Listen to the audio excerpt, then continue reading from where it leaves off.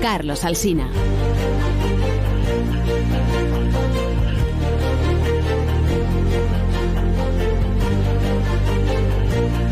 Las 9 en punto de la mañana, son las 8 en punto de la mañana en las Islas Canarias y como venimos anunciando desde el viernes, nos acompaña el presidente del Gobierno de España y candidato a volver a ser presidente por el Partido Socialista, Pedro Sánchez. Buenos días, presidente. Buenos días. Buenos días y bienvenido. Gracias. A este programa. Cuando usted, presidente, se mira en el espejo, ¿usted qué ve? Yo creo que lo que ha sucedido en España durante estos últimos 5 años, y en particular durante los últimos 4 años, es tan inédito, por complejo, por disruptivo, una pandemia, con la cantidad de compatriotas que han perdido la vida o que han perdido a sus seres queridos. Cuando ve que en una isla, la isla de La Palma, pues sucede una catástrofe natural como la erupción de un volcán, o ahora la peor crisis humanitaria y con consecuencias económicas que todos los españoles y españolas están sufriendo en sus bolsillos, yo creo que tenemos que interpretar bien, correctamente, el momento que vive España y que vive Europa, que es una enorme transformación. Y ver en esos desafíos grandes oportunidades y no precisamente riesgos que nos hagan retroceder ante todos esos desafíos que tenemos por delante. Con lo cual, cuando usted se ve a sí mismo... No, pero yo no me veo a sí mismo, ni tampoco interpreto las cosas de esa manera, don Carlos. Yo lo que hago es simplemente ser conscientes de la responsabilidad que tiene uno como presidente del gobierno, tratar de acertar. Lógicamente ha habido momentos en los que he cometido errores, pero tratar de acertar y gobernar para las mayorías sociales de nuestro país. ¿Pero se ve a sí mismo como una persona fiable? Hombre, yo creo que los hechos están ahí. Creo que, como he dicho antes, frente a una crisis financiera que también fue disruptiva en términos sociales y económicos, hemos sufrido 2 crisis muy graves, mucho más disruptivas en términos sociales y políticos, como es la pandemia y la guerra ahora mismo en Ucrania. Y creo que el desempeño de este gobierno, un gobierno, insisto, el primero de coalición de la historia democrática de nuestro país y con una minoría parlamentaria, ha sido capaz de recuperar consensos rotos durante la crisis financiera, como fue, por ejemplo, las pensiones o también la reforma laboral, y liderar ahora mismo el crecimiento económico en Europa. Eso significa que no sigamos teniendo problemas, tanto políticos como sociales. Sin duda alguna los tenemos. Pero creo, honestamente, que la hoja de servicios de este gobierno se le puede poner un notable como calificación. Se lo pone usted, el notable a sí mismo. Tengo interés por saber cómo se ve a sí mismo, y por saber si usted se ve a sí mismo como un hombre de palabra, como un hombre con principios. He tratado siempre de cumplir con mi palabra. ¿Como un hombre sincero? Trato de serlo. ¿Y por qué nos ha mentido tanto entonces, presidente? Dígame usted en qué. ¿Me empiece? Tengo una lista larga. ¿Prometió usted que si llegaba al gobierno promovería una reforma legal para que el gobierno no pudiera elegir magistrados del Tribunal Constitucional? Y asentaba ahí a su ministro de Justicia. ¿Prometió usted combatir la colonización de las instituciones por parte de los partidos políticos? E hizo fiscal general del Estado a su ministra de Justicia. Lo anunció cuando todavía no había cesado como ministra de Justicia. Dijo usted, un político no puede indultar a otros políticos. Hay que acabar con eso. Indultó a todos los que pudo. ¿Quiere que siga? Bueno, yo en eso, Carlos, quiero decirle lo siguiente. He tenido cambios de posición política en algunos asuntos de Estado, como pueda ser el tema catalán, que usted antes ha hecho referencia, sin duda alguna. Lo he tenido. Porque he tenido que tomar decisiones muy difíciles, muy arriesgadas, lo dije en alguna de mis comparecencias, y también muy complejas. Incluso yo estoy convencido de que hay oyentes de su cadena que pueden estar pensando no en votar al Partido Socialista, lo hicieron en 2019 y hoy no, precisamente por los indultos que hice a los líderes independentistas. Pero creo, honestamente, después de la experiencia acumulada durante estos 5 años tan difíciles como presidente del gobierno, que la política está para resolver problemas, aportar soluciones y no dar rienda suelta a las venganzas de nuestras propias pasiones. Cataluña hoy no es una de las principales preocupaciones de los ciudadanos y sí lo era hace 5 años cuando tuve el honor de ser presidente del gobierno, elegido en ese caso tras una moción de censura. Tomé decisiones difíciles, los indultos lo fueron. Es verdad que hubo muchos votantes del Partido Socialista y muchos españoles que no comprendieron esa decisión. pedí ese voto de confianza por esa decisión. Y creo, humildemente, que la situación hoy en Cataluña nada tiene que ver ni con el 2015, ni con 2017, ni con 2019, cuando nos presentamos a las elecciones en noviembre de 2019 con los contenedores incendiados en la ciudad de Barcelona. Hoy la primera fuerza política en Cataluña es una fuerza política constitucionalista, como es el Partido Socialista. Hoy, afortunadamente, hemos visto cómo en Barcelona hay un alcalde socialista. Y hoy, afortunadamente, hay millones de españoles que no ven a Cataluña. Sí, pero bueno, socialista con los votos del PP. Pero fíjese, Carlos, no deja de ser curioso que ahora parezca que el señor Feijóo se convierte en un hombre de Estado, en un estadista, cuando en realidad no ha hecho más que lo que hizo el señor Valls hace 4 años, que es evitar que hubiera un alcalde independentista, y también, como ha hecho el Partido Socialista, por ejemplo, en Pamplona, no dando la alcaldía a Bildu y sí dándosela, en este caso, a la fuerza conservadora de UPN, ¿no? Por tanto, en fin, yo creo que no estamos en el con quién, sino el para qué, que muchas veces es lo que siempre se le ha criticado a mi gobierno y a mí. No hablemos tanto de si hemos reconstruido el Pacto de Toledo, la reforma laboral, si se ha aprobado con esta formación política o con la otra. Pero insisto, volviendo a su pregunta, evidentemente ha habido cambios de posición que he mantenido en algunos asuntos importantes, pero creo que los resultados, Carlos, están ahí, y creo que afortunadamente en Cataluña hoy, sin haberse resuelto del todo, es uno de los principales activos de mi acción de gobierno. Lo que es que usted ha cambiado de posición en casi todos los asuntos de los que uno guarda memoria, ¿no? Han mencionado a H. Bildu, que le voy a contar, del no pactaremos nunca nada, jamás con Bildu, a pactar cuestiones puntuales en el Congreso. Quiero decir que todos estos cambios de criterio, que ya hay incumplimientos de sus promesas, estaremos de acuerdo en que cuando uno promete una cosa y hace justo la contraria, en fin, se convierte en una persona poco fiable. Pero fíjese, Carlos, mis propuestas, que están en mi acuerdo de investidura, en mi discurso de investidura, también en mi acuerdo de gobierno, en este caso con Unidas Podemos, tenían que ver con las pensiones, tenían que ver con la reforma laboral, tenían que ver con la transición ecológica, con la transformación digital, con un nuevo modelo educativo, con la apuesta por la formación profesional, por una nueva ley de ciencia. Y luego, evidentemente, tuvimos pues la pandemia, la guerra y, en fin, todas las catástrofes que nos han venido sucediendo durante estos años, muy derivadas de estas dos cuestiones. Usted antes hablaba sobre Bildu, y yo, de nuevo, insisto, estoy convencido de que hay también muchos oyentes que votaron al Partido Socialista en 2019 y que hoy están pensándose en no votar al Partido Socialista por estos temas de Bildu. Generalmente se suele decir, es que usted ha gobernado con Bildu. Bueno, vamos a ver, ¿qué significa gobernar? ¿Usted conoce algún ministro o ministra de Bildu en el gobierno de España? Yo lo que no recuerdo, presidente, mire que yo intento hacer memoria, ¿no? Yo recuerdo intervenciones parlamentarias suyas muy duras, contra Vox, por supuesto, contra el PP, contra Esquerra Republicana de Cataluña, claro, contra Junts per Catalunya. Intervenciones muy duras con casi todos los grupos. Lo que no recuerdo es una intervención dura de usted contra Bildu. Más duro es lo que le dijo hace 3 semanas de si han equivocado en sus listas electorales. Pero fíjese, cuando el Partido Popular... ¿No trata usted a Bildu mejor que a las demás? Bueno, fíjese, no, al contrario, Carlos. Fíjese, igual, he tratado siempre, y fíjese que me han caído, en fin, chorros de críticas, de descalificaciones y de insultos, y muchos bulos y muchas mentiras sobre mí y sobre mi acción política al frente del gobierno por parte de la derecha. Y cuando digo la derecha, no solamente me estoy refiriendo a la derecha política, también a la derecha mediática, con infundios. Pero insisto, si seguimos ese hilo que antes le he señalado, gobernar con Bildu no es cierto que haya hecho eso. No hemos tenido ministros... Pactado cuestiones en el Congreso puntuales sobre proyectos de leyes concretos. Pero Carlos, pero entonces ya estamos entrando en otra dimensión. No estamos hablando de qué he gobernado con Bildu, porque no hay ministros, no hay consejeros. Permítame continuar la reflexión. En segundo lugar, no hay un acuerdo de gobierno con Bildu. No lo hay.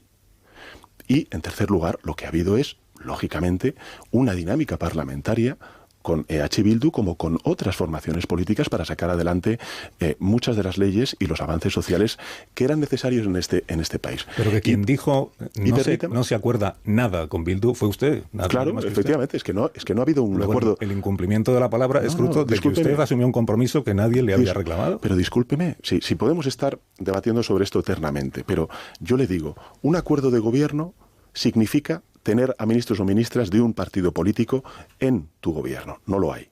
Un acuerdo de gobierno significa haber firmado un acuerdo de legislatura con esa formación política. No lo hay. Lo que ha habido, efectivamente, son acuerdos puntuales sobre leyes concretas. Pero fíjese, le voy a poner un ejemplo, que quizá no conozcan, lógicamente, ni tampoco los oyentes. Si usted mira cuántas veces el Partido Popular, en comparación con EH Bildu, han convalidado reales decretos leyes en esta legislatura, se llevaría una sorpresa. Porque hemos contado con más veces con el Partido Popular a favor de la convalidación de esos reales decretos leyes, en concreto 51, respecto a EH Bildu 48. ¿Eso significa que hemos gobernado con el Partido Popular? No. Por tanto, yo creo que es importante también situar cuáles son las dimensiones de las dinámicas parlamentarias. El delegado de su gobierno en Madrid dijo la semana pasada, como usted sabe. Claro, pero también se disculpó, Carlos. Yo creo que también él se equivocó, tuvo unas declaraciones, yo creo que desdichadas, se equivocó, pidió perdón. Yo creo que tampoco podemos elevar a categoría... Pidió disculpas por si alguien se había sentido ofendido, pero no rectificó lo que había dicho. Bueno, a ver... Lo que él dijo es que Bildu ha contribuido a salvar miles de vidas de los españoles, sí, a diferencia de la derecha. Efectivamente, y se equivocó en esa declaración. Pero tampoco podemos elevar a categoría eso. Hombre, es la posición del delegado del Gobierno de Madrid, entiendo. Bueno, y se equivocó y rectificó esa posición. Y yo, desde luego, no la comparto. Pero a partir de ahí, si volvemos a su pregunta inicial, podemos, insisto, discutir eternamente sobre esta cuestión, pero no es el caso. El caso es que no hemos gobernado con Bildu, porque no hay ministros de Bildu en el gobierno de España. No tenemos un acuerdo de gobierno con Bildu, porque no hay un acuerdo de legislatura con Bildu. Y efectivamente, si uno se plantea cuáles son las medidas que se han aprobado con EH Bildu o con el Partido Popular en reales decretos leyes, pues... ha habido más veces que hemos coincidido con el Partido Popular que con EH Bildu. Y eso no significa nada más, Carlos, que una lógica parlamentaria de mayorías. Se han sentado a negociar los apoyos y con el PP, ¿no?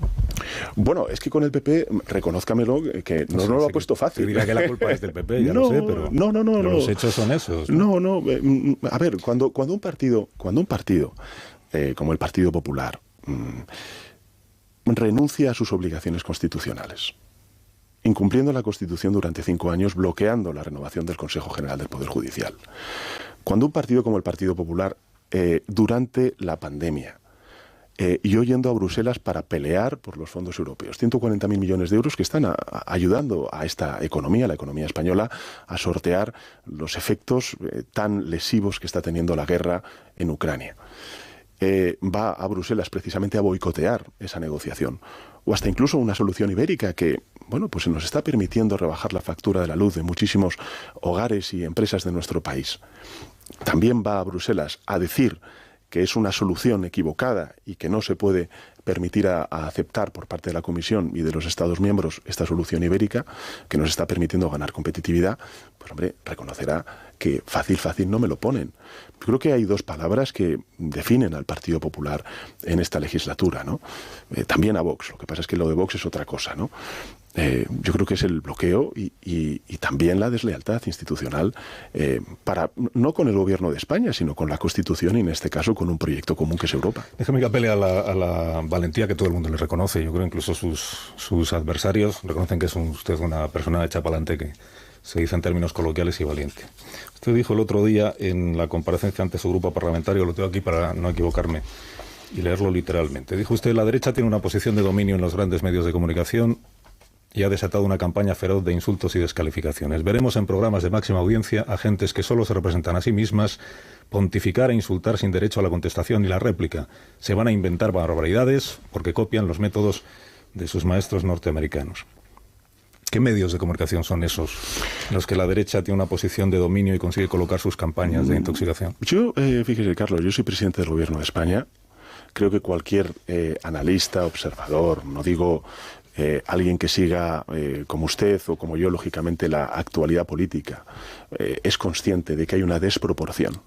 Hay una desproporción en la representación de voces progresistas, ya sea en tertulias o en medios de comunicación, respecto a la realidad sociológica de nuestro país, que claramente tiene un 50% conservador, un 50% progresista, eso no se lo encuentra uno, ni en las tertulias, ni en los programas de radio o de televisión de muchísimas cadenas. ¿En qué programas? ¿En qué cadenas? Pero fíjese, Carlos, es que yo no si quiere, luego en privado yo se lo puedo decir. ¿Por qué no lo hacen público? No, porque soy presidente del gobierno. ¿Y? Lo que hago es simplemente constatar una realidad. Cada cual luego podrá sacar sus conclusiones. ¿Pero esto no es un poco tirar la piedra y esconder la mano? No, al contrario, porque usted me está preguntando por ello y yo respondo. Pero insisto, que existe una... Estoy preguntando qué medios son esos en los que la derecha coloca sus campañas de distorsión. Hombre, para saber un poco... Es una realidad que existe esa desproporción. Y creo que además cualquier analista objetivo sobre cuál es la realidad mediática en nuestro país puede constatar un hecho indiscutible. Y es que hay una absoluta desproporción de medios conservadores, de aproximaciones y de perspectivas conservadoras respecto a los problemas. Una cosa es que haya medios conservadores y otros que se llaman progresistas.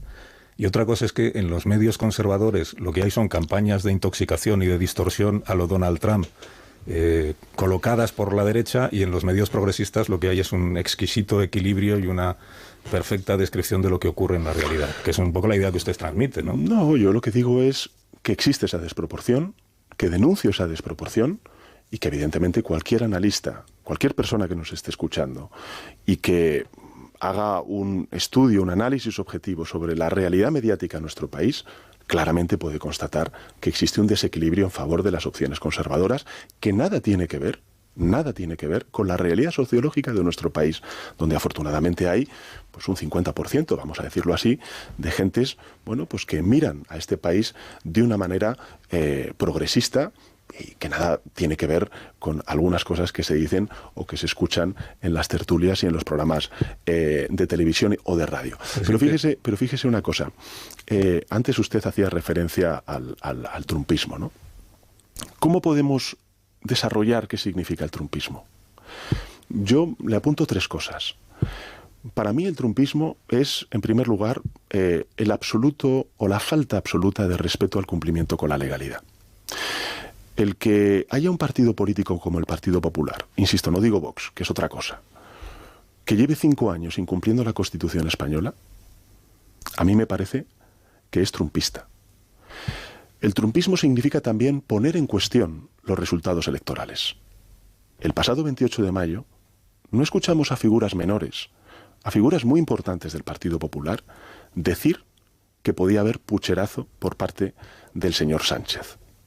Y finalmente el trumpismo también significa el deshumanizar a tu adversario político.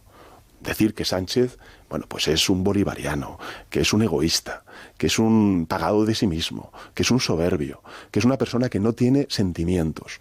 El partido sanchista lo llaman ahora, el Partido Socialista. Bueno, lo hicieron con Felipe González, el felipismo, el zapaterismo con José Luis. Yo creo que ese intento también de deshumanizar a tu adversario político, en este caso al líder del Partido Socialista, que es una constante, una común en la estrategia del Partido Popular cuando está en la derecha, creo que se han, digamos, superado todas las líneas rojas. ¿Usted nunca dijo el marianismo? Me ha escuchado, el marianismo se escuchó como tal, se acuñó como tal. Sí, ya lo creo que sí. Bueno, pero... Yo lo dije repetidamente. Bueno, pero a que usted ha escuchado más el felipismo, el sanchismo, el zapaterismo. E insisto, es una... Han sumado más años ustedes volviendo a la... Pero usted también dice el trumpismo, ese es un afán de deshumanizar a Donald Trump. Usted dice el bolsonarismo, es un afán de deshumanizar a Bolsonaro. Pero el trumpismo y el bolsonarismo, por decirlo de una manera mucho más, digamos, coloquial, evidentemente todos sabemos en qué coordenadas ideológicas se mueven. No son precisamente las progresistas, son las ultraconservadoras, como Orbán. Pero si lo estamos viendo, Carlos, en estas elecciones. Dice el Partido Popular, o Sánchez o España. Hombre, es una coña, ¿no? Fíjese, por contarle una anécdota que me parece curiosa, ¿no? Hace unas semanas estuvo Hillary Clinton por España y, bueno, pues tuve ocasión de poder tomarme un café con ella en Moncloa. Y hablando un poco de la situación que está viviendo Estados Unidos o la política en general, ella me decía... Mira, el presidente Biden, que es una persona religiosa, como son muchos en Estados Unidos, siempre dice lo siguiente. no me juzguen ante Dios, júzguenme ante mi oponente. Esta es la cuestión. Aquí no estamos hablando de Sánchez o España, como tampoco estamos planteando unas elecciones que sean o Feijóo o el planeta Tierra, o Feijóo o la felicidad. Entiendo que el señor Feijóo tendrá su particular forma de construir la felicidad. Lo que quiero decir con esto pero mire lo que dijo es que la disyuntiva es o Sánchez o Feijóo o Sánchez, pero no Sánchez o España. Por cierto, que no se me olvide, el señor Núñez Feijóo en este programa hace 2 semanas, sentado ahí mismo donde está usted, se comprometió a hacer al menos un cara a cara en la campaña electoral. Me costó un poco, pero se comprometió ya lo vi. A que al menos haya un cara a cara. Usted está deseando hacer un cara a cara con yo varias. Pero fíjese lo que está pasando. Hoy estoy yo con usted aquí. Es cierto. El señor Feijóo va a estar esta noche en la cadena SER. Sí. ¿No sería mejor que nos sentáramos los dos y debatiéramos? Sí. Eso es la democracia, al fin y al cabo. Eso le iba a decir. Si el señor Núñez Feijóo aceptara hacer un cara a cara en este programa la semana que viene, usted no tiene ningún inconveniente. Mañana mismo. Mañana mismo. Sin problema. Le tomo la palabra a ver si convenzo ahora a la otra parte. al partido. Buena suerte. No, es que usted cuando la semana pasada, creo que fue en la intervención en el grupo parlamentario, usted decía que estas elecciones los españoles deciden qué quieren hacer con el país y que por eso usted cree urgente, sin demora, que se aclare. Si los ciudadanos, interpreto de lo que usted describió la semana pasada, si los ciudadanos decidieran entregar la mayoría parlamentaria a la derecha, al PP y a Vox, usted decía, eso significará que los españoles quieren alardear de homofobia cuando salgan por Europa, presumir de arrasar Doñana, agitar la confrontación territorial, significará que los españoles se solidarizan no con los enfermos, sino con el empresario que se va al extranjero para no pagar impuestos, significará que los españoles quieren recortar su propio estado del bienestar, que consideran que la justicia social es envidia y que están con Trump y con Bolsonaro. Esta es, presidente, la idea que usted tiene de los muchos millones de españoles que votan al PP y a Vox. Bueno, pero eso es una... A ver, eso, si me permite, y se lo digo con todo el aprecio que le tengo, eso es una lectura un poco interesada de lo que dije en esa intervención. Yo no lo creo, pero usted está en su derecho a pensar. Sí, claro, no, porque efectivamente yo lo que reivindiqué fueron los mejores atributos de la España, de la mejor España, que yo creo que tienen más que ver con la solidaridad, que tienen más que ver con el respeto a la diversidad. En contraposición a los peores En contraposición atributos. a estos, efectivamente. Pero estos serán los atributos de España si gana la derecha las elecciones. No, lo que yo digo es que hay una mejor España, que tiene unos atributos mejores. Aquí lo que se está cuestionando, cuando se dice o Sánchez o España, es si aquellos que no votamos al Partido Popular, a Vox, no somos España. Y este es un argumento muy peligroso, que a mí me suena todo a lo que dice Víctor Orbán, o Budapest o Bruselas, o lo que decía Trump, o Estados Unidos o los socialistas. No, las disyuntivas no son esas, son otras. Y efectivamente lo único que sabemos de la propuesta del Partido Popular y de Vox para los próximos 4 años es derogar el sanchismo. Bueno, si entramos en desarrollar qué significa derogar el sanchismo, pues evidentemente nos encontramos con, 1, una reforma laboral pactada con los agentes sociales y con el Gobierno de España, que está haciendo que hoy tengamos casi 21 millones de afiliados y afiliadas a la Seguridad Social, casi 10 millones de mujeres afiliadas a la Seguridad Social, con unos índices de temporalidad del 14% homologables a la Unión Europea. Desde que yo tengo el honor de ser presidente del Gobierno, ha habido de media 1.000 afiliados a la Seguridad Social al día, 240 parados menos al día. Hombre, 1.400.000 afiliados a la Seguridad Social desde que soy presidente del Gobierno, desde el año 2018 hasta ahora. Reforma de las pensiones, reforma educativa. Usted hoy, esta mañana, hacía una referencia a algo que dije ayer en mi mitin de 2 hermanas. Bueno, es que yo creo que todo el esfuerzo que hemos hecho durante estos últimos 5 años, todas estas reformas pactadas con los principales actores, ya sean los educativos, ya sea los sindicatos o la patronal, creo que merecen 4 años para poder consolidarse, porque están dando sus frutos, sí, y porque están reduciendo uno de los principales males que tiene la economía española, que es la desigualdad. Es perfectamente lógico que usted lo piense así, faltaría más. Es.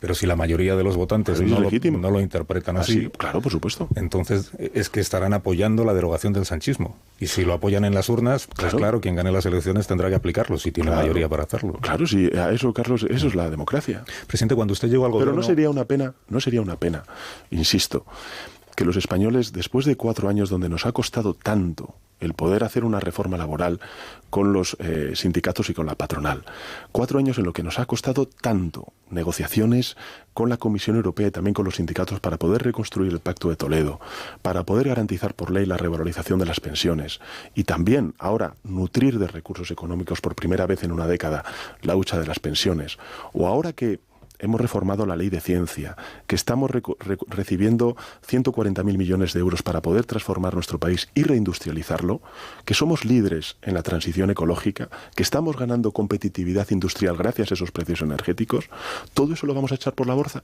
Mire, hay una cosa que a mí me ha llamado muchísimo, si lo quieren los españoles, por supuesto, Carlos, pero fíjese. Pero a lo mejor es que no es eso, a lo mejor es que la interpretación que usted hace de la voluntad de los españoles... Pero déjeme defender esa interpretación mía, sí, que me presenta a las elecciones. Y a lo mejor los españoles, no los que no le votan, entiéndame, claro, no están fijándose en eso que para ellos son avances, sino en lo que entienden que son los peores elementos que ha traído usted a la vida política española. Evidente. Pero fíjese, por culminar esta reflexión, fíjese, en estos últimos días, ahora que se han constituido los ayuntamientos, los plenos de los ayuntamientos, hemos visto en acuerdos de gobierno entre el Partido Popular y Vox el decir que se van a paralizar, por ejemplo, la construcción de carriles bici. Los fondos europeos, evidentemente, están nutriendo de recursos a las pequeñas y medianas empresas, también a las grandes, están haciendo que estemos creciendo más que la media europea y están reindustrializando España. Estamos captando inversión extranjera directa como no habíamos hecho en décadas. Pero también tienen impactos micro, como pueda ser, por ejemplo, la construcción de carriles bici para una movilidad sostenible en todos los pueblos y ciudades de nuestro país. Hombre, yo creo, honestamente, que se plantee como un éxito en ciudades importantes de nuestro país el que acuerdos de gobierno paralicen los carriles bici, me parece que va contra el signo de los tiempos. Si la ciudadanía española quiere eso... Los vecinos así lo han querido. Bueno, por supuesto, pero, insisto, eso no significa que yo evidentemente defienda otra cosa. Claro. Y lo que defiendo es que España puede ver ante la transición ecológica y la emergencia climática una gran oportunidad para poder modernizarse, para poder reformarse y para seguir avanzando. Y creo además que la sociedad española, afortunadamente, mayoritariamente piensa más en el avance que en el retroceso. Eso es lo que creo y eso es lo que yo voy a proponer de cara al 23 de julio. Cuando usted llegó a la presidencia del gobierno, Vox tenía 0 diputados.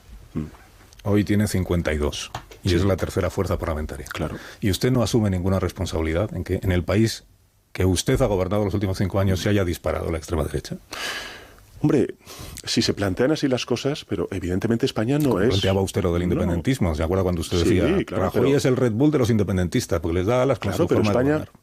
Pero fíjese, España no es ajena a lo que está sucediendo en otras partes de Europa y del mundo, que es el auge, efectivamente, de la ultraderecha. Y yo le digo, creo que honestamente sería una pena el que después del 23 de julio Europa no caminara de la mano de las grandes naciones europeas en todo lo que representan los grandes consensos en la transición ecológica y la transformación energética, y la adaptación y la mitigación a una realidad científica que es la emergencia climática. Por no hablar de la violencia de género o de lo que están planteando este partido de Vox. Pero a partir de ahí, evidentemente, como usted bien ha dicho, son los ciudadanos los que libremente pueden escoger su futuro. A mí sí me gustaría que estuvieran informados, que hubiera contraste. La democracia no son monólogos, son debates, y por eso creo que es importante el que haya el mayor número de debates posible.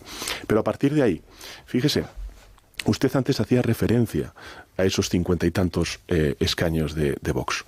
Quiero recordarle que esos 50 y tantos escaños de Vox salieron de unas elecciones en noviembre de 2019, donde se quemaban contenedores en Barcelona, producto de una reacción social, sobre todo independentista, a la sentencia del Tribunal Supremo sobre los líderes del procés que se produjo en octubre de 2019. Aquí usted prometió que se cumpliría íntegramente. Bueno, sí. Y luego le he dicho a los condenados. Efectivamente, yo le he he explicado antes. ¿Eliminó el delito de sedición? Sí, yo le he dicho antes. Ha hecho usted mucho esfuerzo en neutralizar la sentencia del Tribunal Supremo. Carlos, yo lo que he hecho no ha sido eso. Yo lo que he hecho a unos líderes independentistas que han estado 4 años en la cárcel No han estado 4 meses, ni 4 días. Estuvieron 4 años en la cárcel. E insisto, cambié de opinión.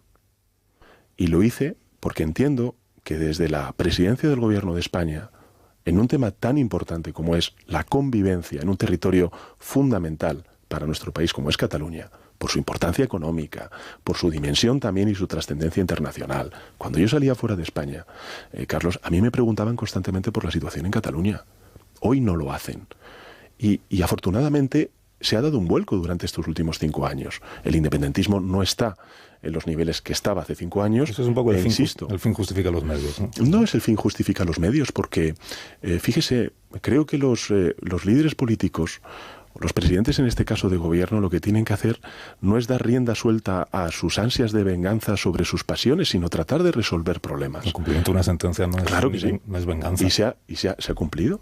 La sentencia bueno, vamos a ver. ¿Tenemos o no tenemos desde el Gobierno de España la capacidad de poder tomar esas medidas de gracia? E insisto, yo sé que hay muchos ciudadanos españoles... Yo no discuto que la tenga. Claro. Discuto que usted, no sí, nadie más, usted se comprometió a no indultar a ningún político. Claro, pero insisto, le he dicho antes, cambié de opinión. También se comprometió, por cierto, año 19, en un debate electoral, creo que era aquí, se comprometió a tipificar en el Código Penal la convocatoria de un referéndum ilícito. Sí. Fue uno de sus anuncios estrella en aquel debate. Sí.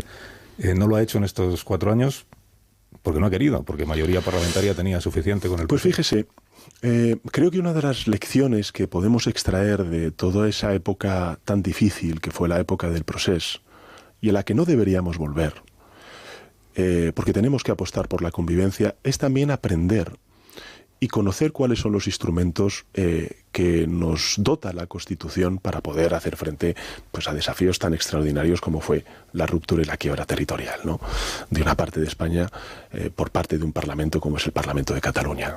En este caso creo que el artículo 155 de nuestra Constitución otorga esa capacidad de respuesta ante emergencias políticas y crisis territoriales como la que vivimos en 2017. Pero digo, de nuevo, que aun tomando decisiones difíciles, complejas, arriesgadas, que yo sé que hay ciudadanos que pueden estar pensando en no votarme precisamente por la decisión que tomé en relación con Cataluña, creo honestamente que si hoy mira uno Cataluña, ¿cómo está hoy en 2023? ¿A cómo estaba en 2017?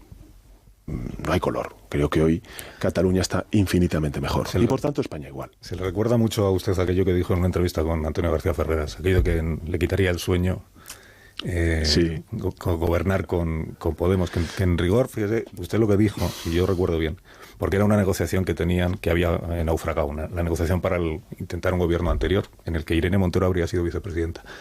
Y naufragó la negociación, y usted le explicó a Antonio, dice, Podemos lo que exigía era o el Ministerio de la Seguridad Social, o el Ministerio de Hacienda, o el Ministerio de la Transición Ecológica o de la Energía.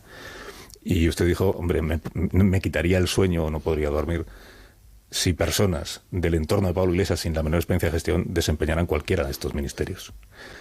Y entonces usted después lo que les entregó fue el Ministerio de Igualdad. No sé si porque le parecía menos sensible o menos relevante. ¿Está usted orgulloso de la gestión de Irene Montero en el Ministerio de Igualdad? ¿Me permite hacer antes una previa a la... Sí. Porque a mí le agradezco muchísimo que haya concretado lo que realmente dije. Porque la oposición y también muchos medios de comunicación, insisto, de buena fe, dicen, no, es que Sánchez dijo que no podría dormir si pactaba con Podemos. Y no dije exactamente eso. Efectivamente, esa entrevista fue el 20 de septiembre, creo recordar, del año 2019, es decir, en plena negociación para formar un gobierno de coalición con Unidas Podemos, y dije precisamente eso, que no podría dormir si estos 3 importantes ministerios, fíjese, la política energética, hoy en plena guerra en Ucrania, la seguridad social, para reconstruir el Pacto de Toledo, o la Hacienda. Y dije algo más en esto en mis conversaciones privadas con el señor Iglesias, y es que ningún ministerio de Estado podría estar en manos de Unidas Podemos. Bueno, pues efectivamente, la política energética está en manos de la vicepresidenta Teresa Rivera, la política de Hacienda está en manos de María Jesús Montero, la de la Seguridad Social en manos de José Luis Escrivá, y los 4 ministerios de Estado, Exteriores, Justicia, evidentemente Defensa, están en manos de ministros propuestos por la parte socialista del gobierno de España. Con lo cual, le agradezco mucho que haga esta concreción, porque me parece importante, ¿no?, ir un poco desvelando muchos de estos bulos y fakes que se han ido circulando a lo largo de estos años sobre lo que dije realmente o no dije. ¿Está usted orgulloso de Irene Montero como ministra de Igualdad? Bueno, yo creo que ha habido discrepancias que yo he tenido con la ministra de Igualdad, con Irene Montero, ¿no? La ley del sí es sí lo ha sido claramente, ¿no? En muchas ocasiones se pregunta, bueno, los errores... Solo sí es sí una vez que empezaron las rebajas de pena, no antes. Bueno, yo reconocí el error, efectivamente, como usted bien indica, y efectivamente intenté durante Tardó 6 meses, presidente. Bueno, estuve intentando persuadir a mi socio de gobierno, en este caso a la ministra de Igualdad, del error que se había cometido y de la urgencia, la necesidad de resolver, bueno, pues una situación que evidentemente ni el Poder Ejecutivo ni el Poder Legislativo deseábamos. Nadie está, tenía como objetivo los efectos que tuvo esa... Seguimos sin saber quién incurrió en esa grave negligencia legislativa, porque usted se disculpa, rectifican la ley en el Congreso... Pero yo lo he dicho en otras ocasiones, Carlos, yo asumo en primera persona ese error.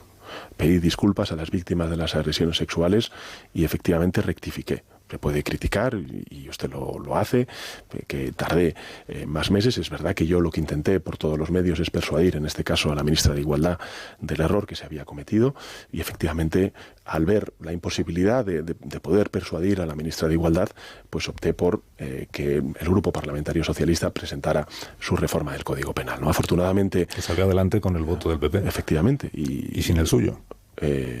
Bueno, el Grupo Parlamentario Socialista... Aunque usted se ausentó ese día del Congreso de los Diputados. Bueno, sí, pero salió adelante y efectivamente eso fue una decisión política. Entiéndame, podrá usted criticar o no que estuviera, no sé exactamente qué tenía ese día, pero... Se fue a Doñana. Bueno, pero evidentemente tuve... Fue un acto político. Bueno, es que es también importante lo que está pasando en Doñana, pero no mezclemos temas. Si quiere, luego podemos hablar sobre Doñana. Lo que quiero decir con esto es que, hombre, nadie puede escapar a la idea de que efectivamente esa decisión también la tomé yo, como presidente del gobierno y no solamente Irene sino líder Montero, del Partido Socialista. Y sin embargo, Irene Montero sigue siendo ministra del Gobierno de España, ministra de Igualdad. Ahora que no la quieren ni ensumar, usted la mantiene. Son públicos y notorias las discrepancias que he tenido en este caso con la ministra de Igualdad. Sí lo son. Sí lo son. Creo que ha habido también avances en materia de igualdad de género durante esta legislatura. También le digo rotundamente sí. Creo que en muchas ocasiones cuando hablamos de la agenda feminista del Gobierno de España no solamente estamos hablando de todo lo que tiene que ver con la violencia de género, que ha sido mucho lo que hemos hecho, 320 millones de euros respecto a 80 millones de euros en ese pacto de Estado contra la violencia de género. Pero la agenda feminista es mucho más que eso. La agenda feminista también es subir el salario mínimo interprofesional. El 60% de las beneficiarias de esa subida son mujeres trabajadoras. También lo es una reforma laboral, porque son los jóvenes y en particular también las mujeres las que sufren más precariedad en sus contrataciones, o cuando hablamos, por ejemplo, de la revalorización de las pensiones, o la subida de las pensiones mínimas, o las subidas de las pensiones de viudedad, evidentemente estamos hablando fundamentalmente de mujeres, ¿no?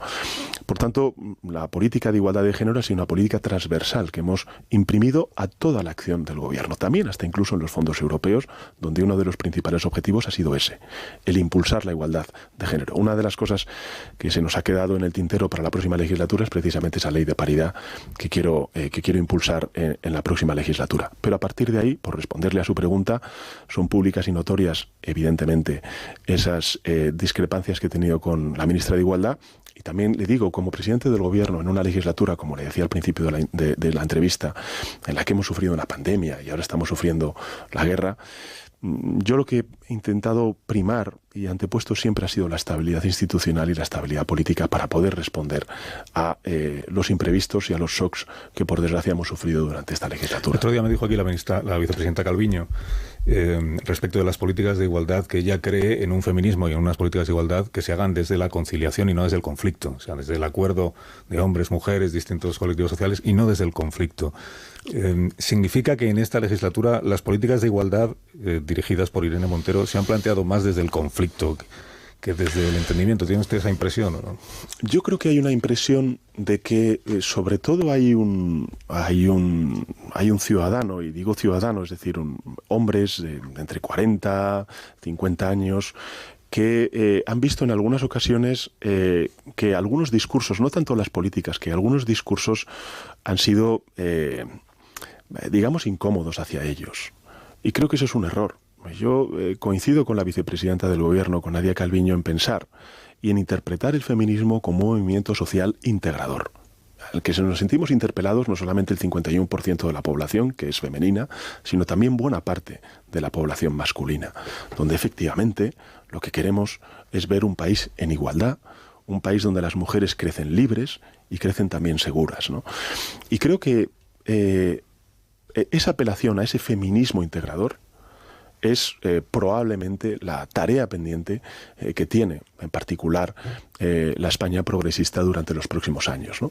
Y sí creo que, efectivamente, como bien decía antes, usted, evocando las palabras de la vicepresidenta Calviño, es probablemente donde algo hemos retrocedido. Y eso es una constatación, es un dato objetivo, porque yo tengo también amigos que, bueno, pues se han sentido en algunas ocasiones incómodos con algunos discursos que se han planteado más de confrontación que de integración.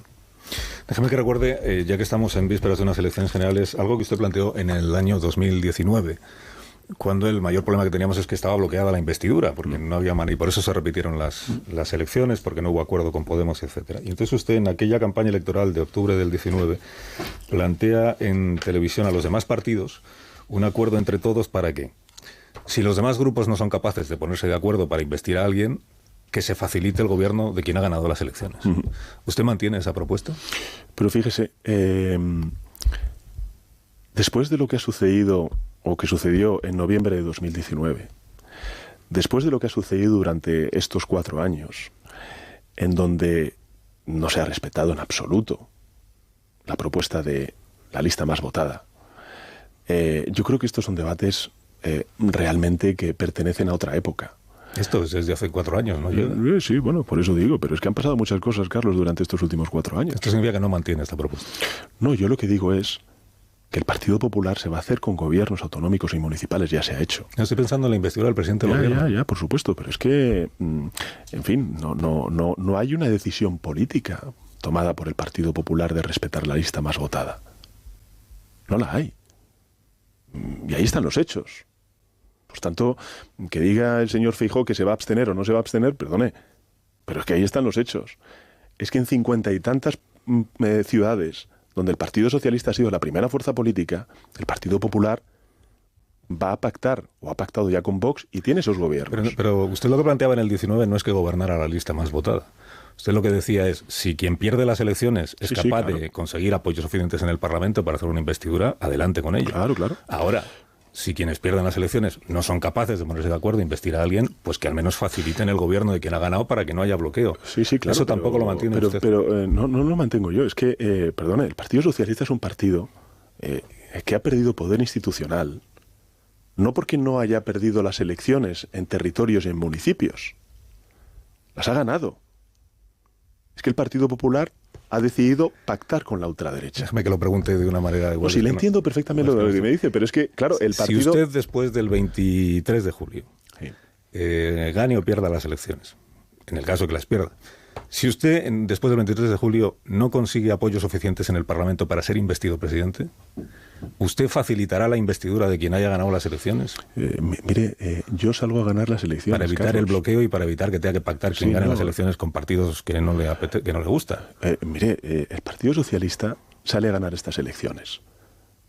Es verdad que la realidad tan fragmentada de nuestro panorama político, como es también en el resto de Europa, pues muy probablemente nos lleve a tener que conformar gobiernos de coalición. Y después del 28 de mayo creo que queda bastante claro que a la derecha tenemos un dúo que ya sin ningún tipo de pudor ni ambajes dice efectivamente vamos a gobernar en coalición, que es el Partido Popular y Vox. Del equipo del señor Feijóo, potencial que tiene a partir del 23 de julio, solamente sabemos quién es su vicepresidente, que es Abascal. Y en el otro lado, efectivamente, está el Partido Socialista y un nuevo partido político, que es Sumar, que es el sumatorio de otras realidades políticas que antes del 28 de mayo se presentaron de manera fragmentada y hoy se presentan unidos en torno a la figura de Yolanda Díaz. Esas son las 4 formaciones políticas de ámbito nacional y esos son los dos, digamos, posibles gobiernos de coalición. A partir de ahí, el Partido Socialista, insisto, sale a ganar esas elecciones y permíteme que le diga... Pero también salía a ganar en el 19 y usted planteó esto en la campaña. Pero es que me parece, en fin... Que es más, luego en el debate de investidura... Que el Partido Popular plantee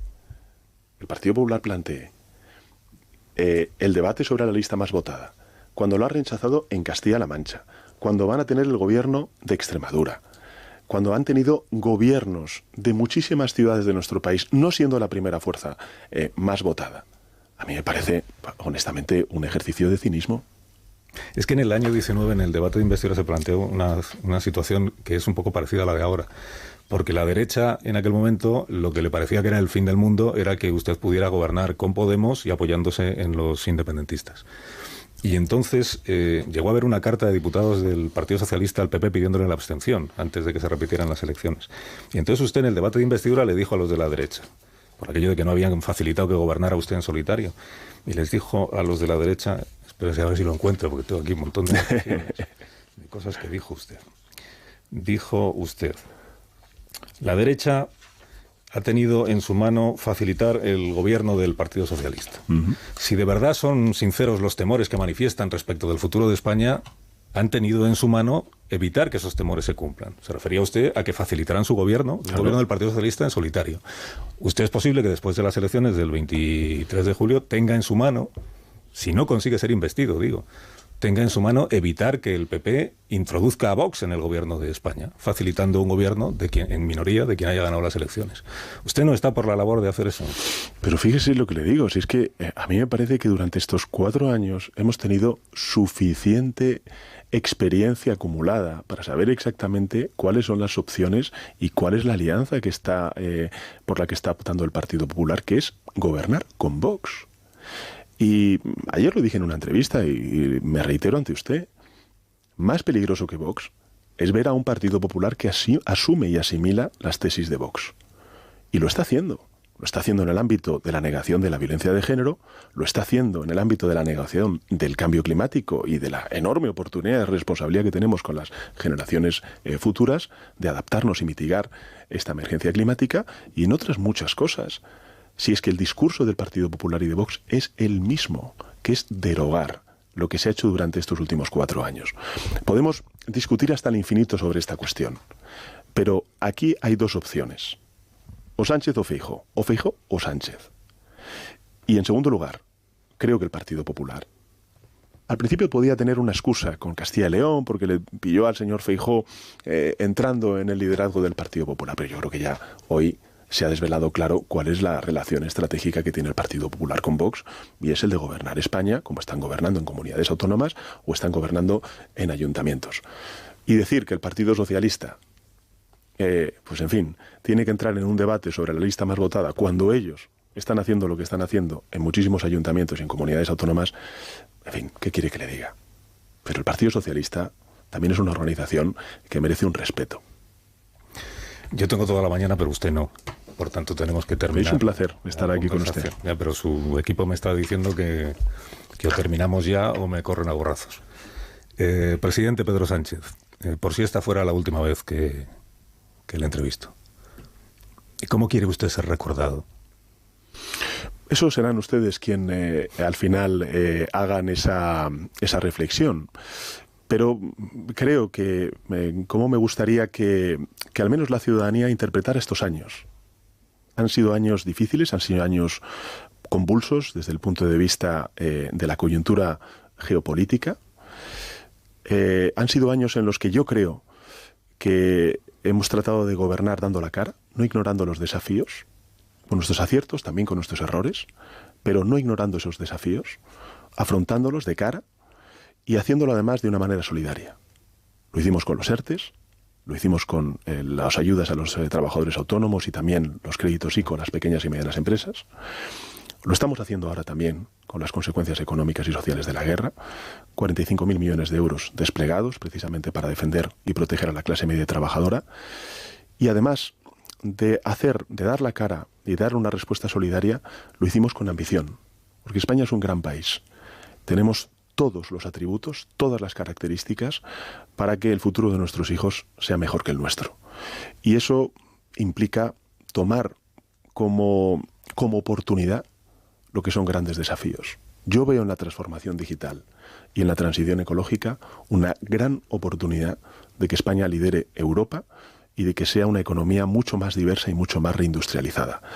Pero todo eso va a depender también, lógicamente, de la política económica y la política que se haga a partir del 23 de julio en nuestro país. Y por eso, pues en fin, animo a los ciudadanos a votar, aunque sea un día extraño.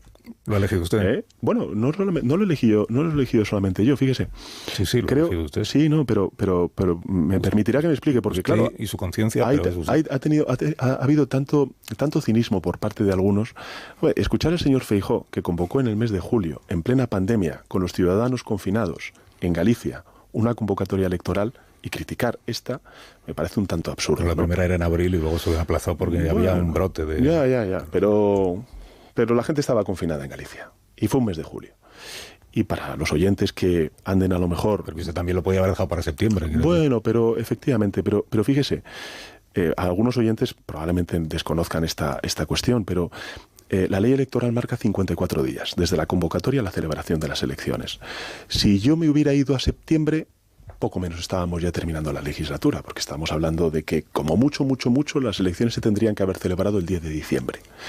Y creo honestamente que España se enfrenta a desafíos enormes, extraordinarios, muy complejos durante los próximos años. Hay que mirarlos, evidentemente, con optimismo y con ambición, pero nos enfrentamos a desafíos extraordinarios y complejos y necesita el gobierno que los afronte la mayor legitimidad social. Por tanto, efectivamente, yo convoqué unas elecciones anticipadas y quise hacerlo cuanto antes para que se clarifique lo que es más importante, y es el rumbo que toma España y la legitimación social que tengan las acciones del gobierno que elijan los españoles. Pero estaremos de acuerdo en que alguien que desea una altísima participación electoral no convoca el 23 de julio. Pues yo deseo la mayor de las participaciones. Fíjese si le deseo una mayor de las participaciones, que hasta incluso deseo la mayor de las informaciones y el mayor número de debates para que los ciudadanos, cuando vayan a las urnas el 23 de julio, sepan lo que votan. Voy a ver si el señor Feijóo me atiende. Le traslado que usted está por la labor de mañana mismo, me dijo. Mañana mismo. O no importa el lunes que viene. Sin problemas. Hacer el primer debate, por si acaso hubiera más, pero al menos que haya uno, el primer debate Sánchez-Feijóo, Feijóo-Sánchez en este programa. Sería un auténtico placer, Carlos. Gracias por su presencia, presidente del Gobierno, Pedro Sánchez, y que tenga un buen día. Muchas gracias. Y hasta cuando usted quiera. En 8 minutos, las 10 de la mañana, una menos en Canarias. Ahora mismo continuamos. ¡Hijos de puta, tiemblen! ¡La libertad avanza! ¡Viva la libertad, carajo!